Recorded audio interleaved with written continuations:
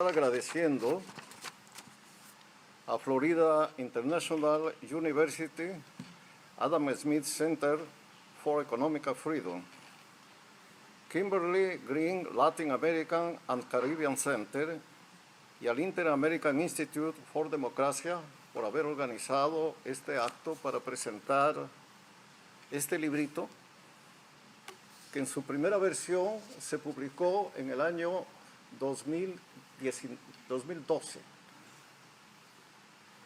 y que hoy aparece en idioma inglés, editado por Rowman Littlefield de Estados Unidos. Bueno, algo de lo que yo tenía pensado decir he dicho ya gracias a esa excelente entrevista que acabo de participar. A final de siglo, toda América Latina era democrática. Por primera vez en su historia. Miren qué paradoja.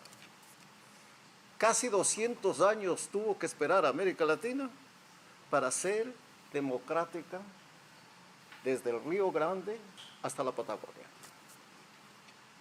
Pero no solo que América Latina era democrática, sino que además todos los países del continente, incluido Canadá y Estados Unidos, se reúnen en Lima y aprueban la Carta Democrática Interamericana, en la que se comprometen a convertirle a ese instrumento jurídico en la guía, en el norte, en la ruta de la democracia latinoamericana para el futuro.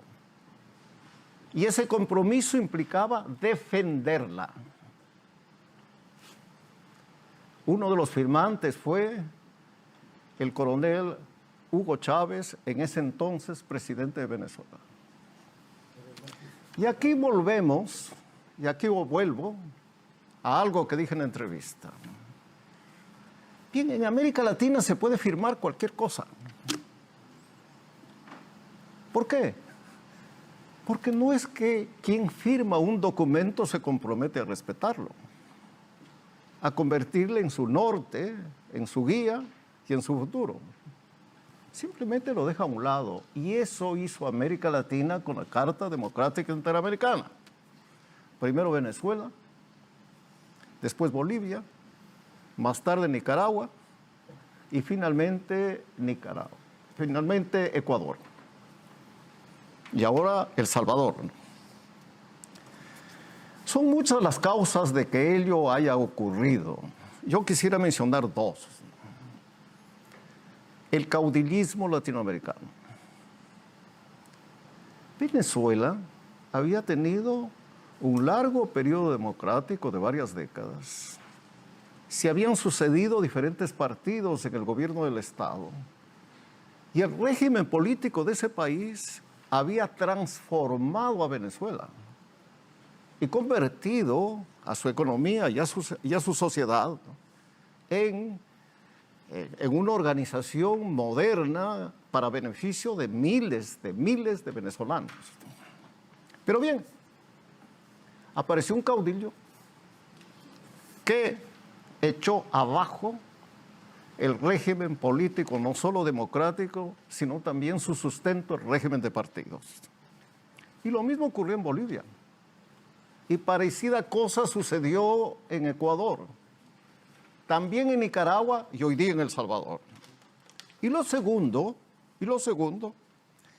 es que la izquierda latinoamericana llegó a la conclusión de que no había manera de alcanzar el poder a través de las armas y que debía valerse de las instituciones democráticas para llegar a la presidencia de la República y gobernar los estados. Este no era un invento de Chávez, ni del socialismo del siglo XXI. Es lo que había hecho el fascismo en Italia y el nazismo en Alemania. Es lo que había hecho Fujimori años antes. Bien, de esta manera es que liquidaron la democracia. Bajo la excusa de que iban a acabar con las injusticias sociales, iban a eliminar la pobreza e iban a desarrollar las naciones para convertir a sus países en los pioneros económicos y sociales y políticos del continente. Como lo decía hace unos minutos, en Venezuela el 90% de los venezolanos son pobres. De los que quedan, porque 7 millones de venezolanos han emigrado. Yo les preguntaría a ustedes, ¿qué ocurriría si en Venezuela hubiera un gobierno de derecha o del centro político cuyo resultado fuera el que acabo de decir? Ese gobierno sería liquidado políticamente por periodistas, por intelectuales, por académicos, por profesionales. Bueno, una de las licencias que puede la izquierda en América Latina darse es hacer cualquier cosa impunemente. Bueno, eso es lo que ha pasado como consecuencia de estos gobiernos, todos los cuales, también quiero volver sobre ese tema. ¿Por qué yo los llamo dictaduras? Porque acumulan todos los poderes del Estado. En el Ecuador, Correa tenía un programa parecido al que tiene hoy el presidente de México, que se llamaba Las Sabatinas, porque se emitía los días sábados.